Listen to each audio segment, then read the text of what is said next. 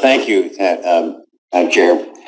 Look, we've heard a lot of criticism today of the Trump strategy, but I want to remind people that on September 16th, the states were given a 57-page guidance document, 57 pages in how to set up a program, and they were asked to respond by October the 16th, just a month later.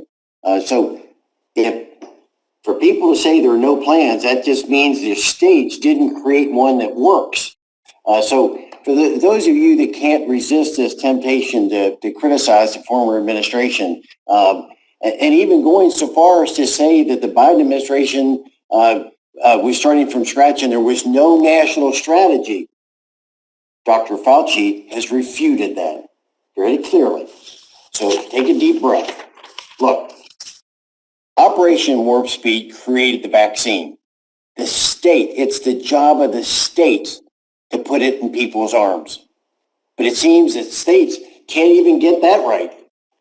Here's a chart. Unfortunately, the majority party had rules that we had to submit this 24 hours prior to this.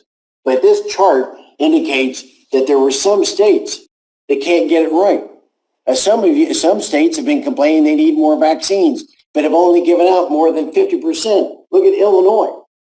Illinois' vaccination rate is half of what it is in Alaska at 8.3 people per 100. But Alaska is 16.8, or West Virginia is almost 15 per 100, and Illinois 8, Colorado 10, Michigan 10. But then they're not using it. That their use of the vaccine in Illinois is only 62%, as compared to North Dakota, 91%. So apparently they didn't develop a plan that was flexible enough to work. So I'm just concerned about that. Now, unlike New York, and that's a key thing, unlike New York's governor, who ignored the vulnerable in their long-term facilities and recommendations of his public health experts, West Virginia prioritized its long-term care residents and their staff. West Virginia also finished vaccinating all their long-term care facilities and staff.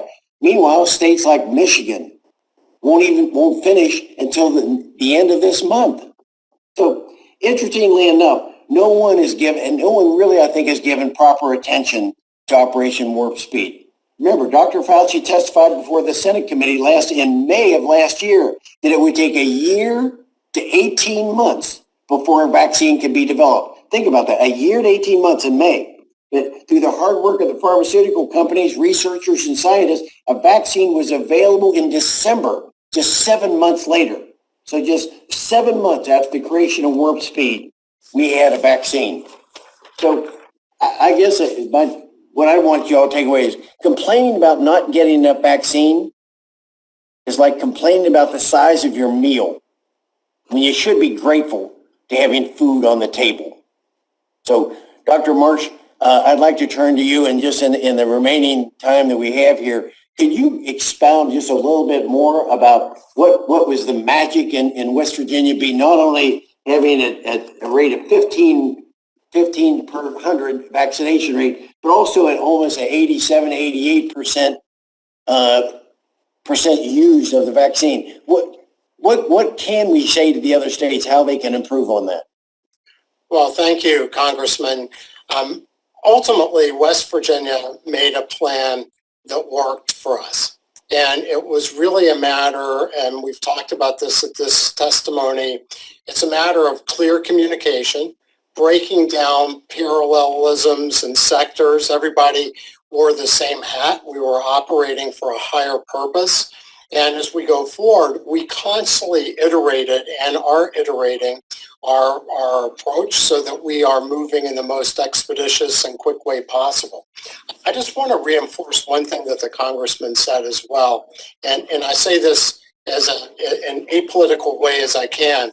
The fact that we have these vaccines are game changers. This is the most complex, problematic response probably in the history of modern day America and the world. And so staying together and working together and sharing with each other best practices is really key for our global and country success. Thank you. Thank you. Now yield back.